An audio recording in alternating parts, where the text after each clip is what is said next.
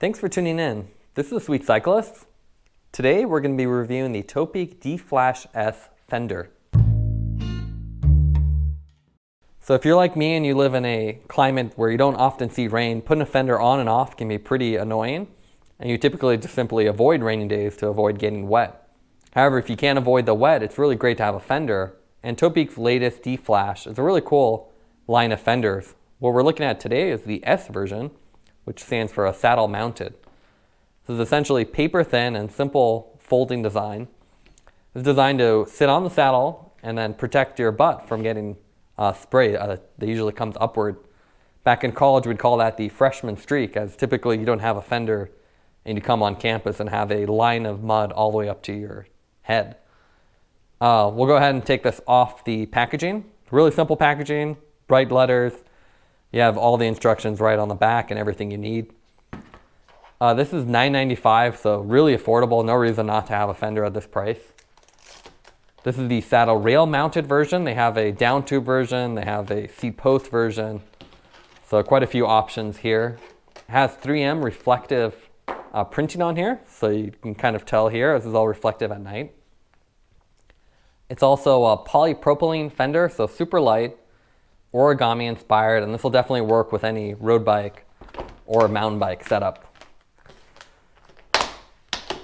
Simply pops off the cardboard backing or the plastic packing here, and then you have the fender. So let's take a moment to look at the weight of the D-Flash. Obviously with the paper thin design, we don't expect it to weigh much. With the Velcro strap on here, it comes in at about 22 grams. So here's the fender outside of the packaging. You still have to do a little bit of work to pop out some of these things, so I'll go ahead and do that. So there's these little vents here that you have to pop, as well as fold this down along this line here. What I really like about this is, as someone who doesn't live in a really rainy climate, I'm often pretty lazy about installing and uninstalling a fender, as it's just additional bulk you don't really need, especially on sunny days. So what's really cool about these style fenders is you can put them on your bike as needed and then easily take them off, and because they fold flat, you can just put them on a drawer and forget about it. So it's really no excuse not to have a fender on a rainy day when you have fender designs like this. Now what you get here is it's pretty simple. It feels pretty thick. Polypropylene material, and it holds form pretty well, especially with these little perforations.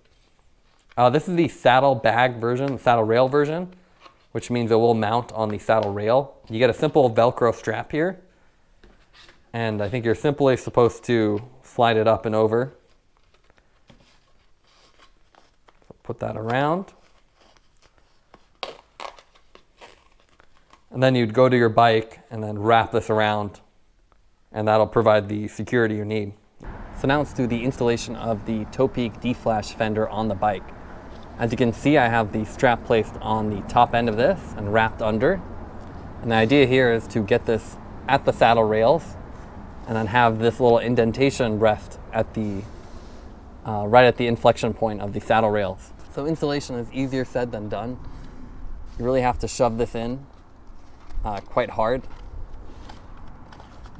and then really fold it, try to get it around the saddle rail without breaking anything.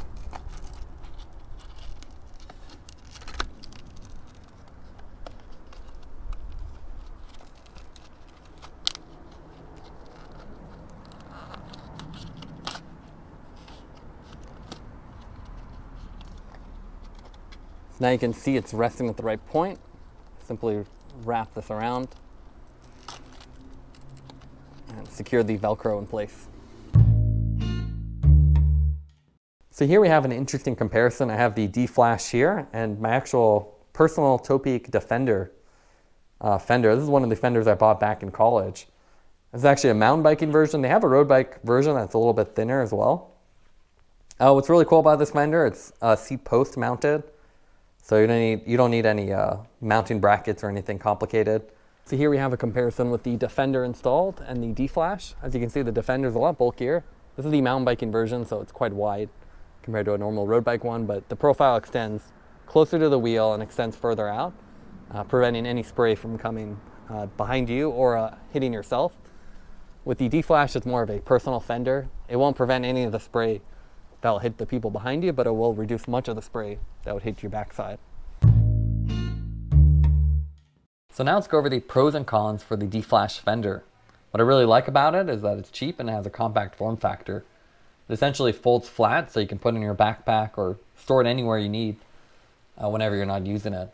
Also, the nighttime visibility with that reflective printing is a really nice detail that'll keep you a little bit safer when you're riding. It also doesn't require any fender mounts, which is a nice touch as well. So you can easily install it without any additional hardware or a specific type of bike. Some of the cons are the Velcro attachment. That Velcro strap is going to get pretty cruddy and dirty over time, so it's something I don't really like in a place where you'd get so much mud.